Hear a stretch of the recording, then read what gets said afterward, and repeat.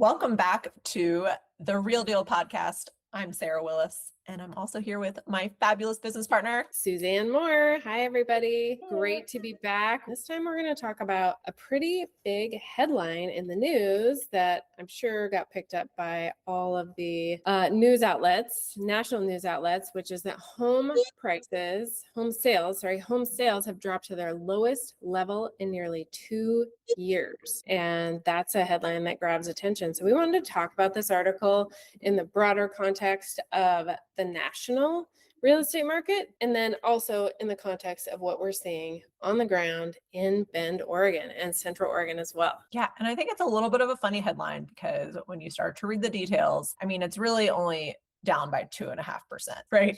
Which isn't a huge number, but it's definitely attention grabbing. And I also think we're feeling it here in Central Oregon as well. And according to this article, the two main areas that are driving this are Texas and as a broader state, and then Seattle as a bigger metropolitan city in Washington, the state of Washington. And what's interesting is we see a lot of people who relocate or are looking for second homes and investment properties from those areas. And maybe that's one of the reasons we're feeling a little bit of a pinch right now here in the middle of the summer and slower times. But what's also odd is, like, I would say the third, most popular place for us to see remote, or new clients come from is the Bay Area, and they're still popping.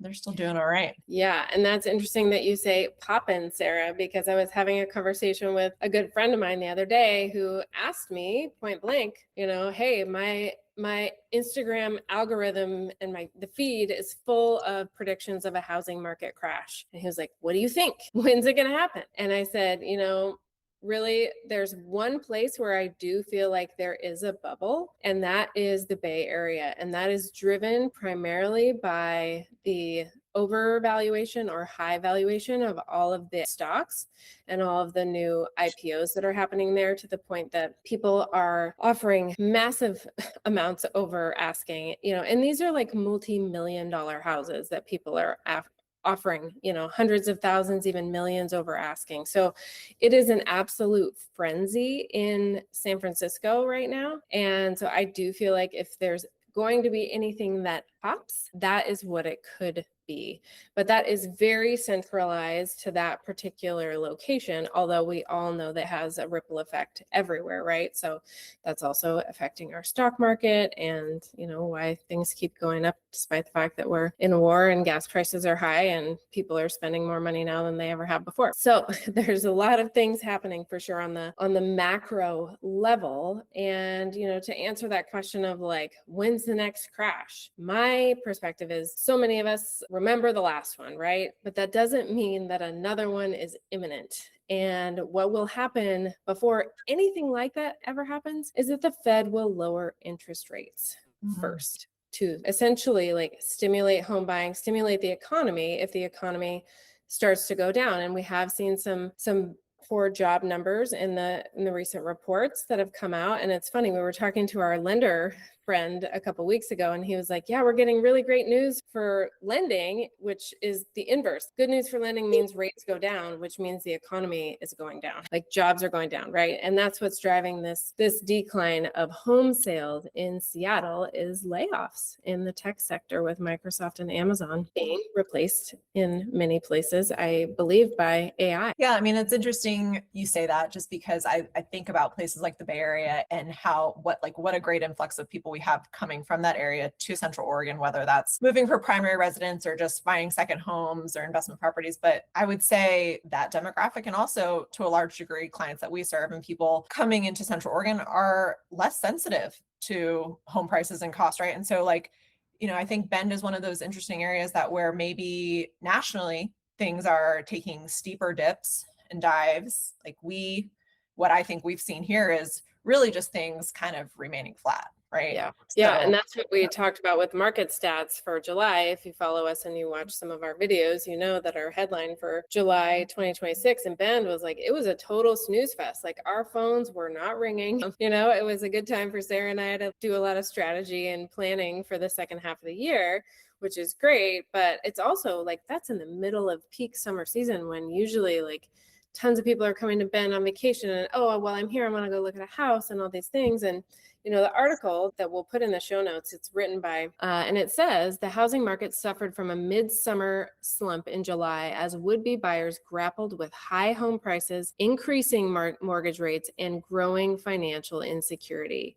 Many Americans simply can't afford today's housing costs, while others are holding off because they're worried about the economy or their job security. But the silver lining, they say, is that buyers who can afford to buy right now, and we are seeing this one with our buyers right now, can negotiate a lot and get some pretty impressive concessions from sellers who are just ready to move on and offload their houses. So you can speak to that, Sarah. Like the last 2 offers we wrote, what were the set of credits we asked for? Yeah. Well, I like to tell buyers that I like to be wrong, right? Like buyers will come to me and say, hey, I actually want to offer this price or ask this many credits. I'm like, I'm happy to do that for you, but anticipate a counter offer. And one of the last homes we got under contract for a buyer over the past couple of weeks was a net 100,000 under asking.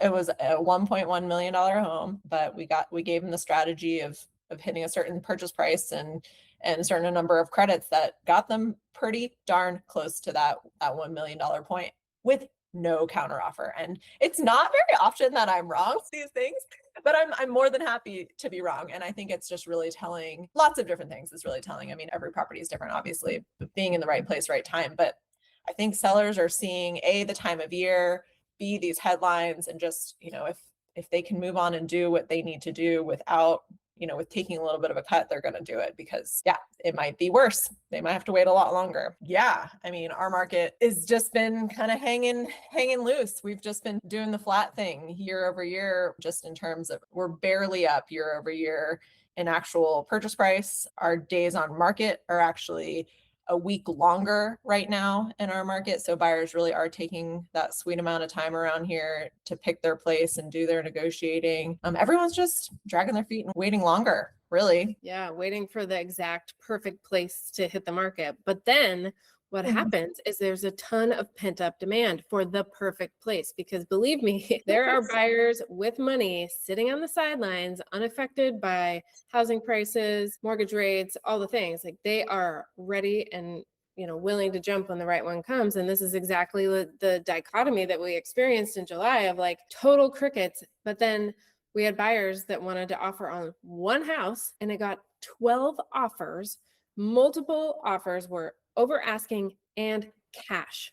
So who are those people? People that are unaffected by interest rates. They don't care, right? And they're pulling their money out of somewhere, or they just have cash sitting around for whatever reason. So it's just really an interesting market to see both sides of like super quiet, crazy good concessions that buyers are getting from sellers. And then on the flip side, when that one perfect house that everyone is looking for, that's walkable, downtown, turnkey, modern, all the things, right? When it's got all that, everyone is ready to pounce. Yeah. Pull out all the stops. And that's when it's really helpful to have cash, right? Which, I mean, and that in our market, we, here in the Central Oregon market, we have on average like 35 to 40% total cash sales, which is a huge number of total cash sales of all of our single family homes here in this market, which is much greater than a lot of markets that we watch and compare it to. For sure. Yeah. So I just want to get back to the stats, this headline, right? So lowest number of home sales in 2 years. And just, I want to reference what the article says. So certain parts of the country are driving the demand down for home buying. The fastest falling are in Texas, with San Antonio down almost 13% year over year. Dallas and Fort Worth both down about 10%. Detroit down about 9%, and Seattle down 9% as well. And a lot of the Texas decline is because they did so much home building that all of the existing newer homes are competing with brand new homes and all of these different incentives that builders are putting out there. And we find this for our buyers too. Like sometimes they can get a way better deal on a brand new house than they can on a house that's 1 or 2 years old, right, Sarah? Yeah, new construction is great around here. I mean, you're investing in an immature neighborhood, right, in terms of landscaping, in terms of just having construction around you for a fixed period of time. But you, in most cases, in Central Oregon, depending on the builder, you're walking into some instant equity if you're going to hang on to that house for 2 to 3 years. It's I love those new construction plays. Oh, yes. Yes. Yeah. And then pending home sales, not just like actual home sales, but things that are pending are falling fastest in Seattle, where they declined just about 15.5% year over year. And that's followed by Houston and then Phoenix. So all of these, at least the Houston and Phoenix markets had, pause there. I don't know if I'll pick up this sound. Bring it on your side. Yeah, I just hit send it to voicemail. So I do that. I need those people. Okay. Anyways, I was saying, sorry, Claire. So pending home sales are falling fastest in Seattle, down 15.5% year over year. And that's followed by Houston and Phoenix. And, during COVID, we saw a lot of people moving to Phoenix, and that was like a pretty poppin' market, and things were going really well there. And Texas too, Houston, Dallas, San Antonio, and Austin. And we've all probably heard some of the stats about Austin having declining home prices and home sales as well. So it is very interesting. And also just to note, our neighbor to the north, Seattle, their median home price is not that far off from where we're at in Bend. They're at 810,000, where we're at 780,000. So, and they've got a much more robust job market there. Like, they've got the tech, Boeing and Microsoft and Amazon and all the things, right? Whereas Bend, it's a lifestyle play. So people are coming to Bend who have made their money elsewhere or are making their money elsewhere, and they're choosing to invest it in Bend. Yeah. I don't know. This article is kind of one of those the sky is falling type articles. And yes, here in Central Oregon, I think Suzanne and I are feeling it personally in our own business. Things for sure with buyers are slower than maybe they ever have been since the time we've been together. But it's really interesting seeing the uptick in sellers that are approaching us to offload their homes. So I don't think the sky is falling here in Bend. Really, the stats tell us otherwise. I see two things. One, again, we are really just relatively flat. If you look at the actual numbers, we're only down 2% year over year in actual price, right? I mean, like, that's pretty common for the time of year we're at. And then yes, number two, like, it is just this seasonal hump. Like, we are really just at that time of year where we're late summer, everybody's still trying to squeeze the rest of the juice out of summer right before kids go back to school. And we're just on that seasonal decline. We'll see another little bump here in September when everybody gets resettled again, but everything's going down until about February again. So I don't know. Except for interest rates. Yeah. The buyers that have got to buy are watching slowly and closely. And yeah, as always, just waiting for the right place and the right deal. But people are not moving as quickly or being as aggressive as they have been in the past. Yep. Exactly. So yeah, just wanted to give you these headlines. And then one thing to note is that closed home sales rose the most in West Palm Beach, Sarah's home state of Florida, Francisco, Milwaukee, and Milwaukee was driven by affordability because those homes are, in the $100,000 and $200,000 range. So there are some bright spots for sure in the real estate market, and it's driven by different things, right? So we talked about San Francisco with the AI boom, and then West Palm Beach. Don't totally know what's going on there, but we know a lot of people retire to lovely places like that for many reasons, like weather and taxes. And speaking of taxes, Sarah, we have an upcoming meetup event. So it's next week. It is August 27th from noon to 1 p.m. Pacific time. And we will be online and in person at our CPA's office in Bend. If you want to join us in real life, come check it out. We will be talking about some advanced tax efficient strategies is what he calls them. So we'll talk about bonus depreciation, the STR loophole, cost segregation, all these things that are these buzzwords right now, right? And like, we've done a whole meetup on that. If you want to catch the replay, check it out in our playlist for replays. But this is going beyond those topics into things that you can invest in to reduce your tax liability and make passive income on them. So it's a really interesting discussion. So Sarah and I have already met with our CPA about some of these options, and yeah, they're super interesting and like out of the box.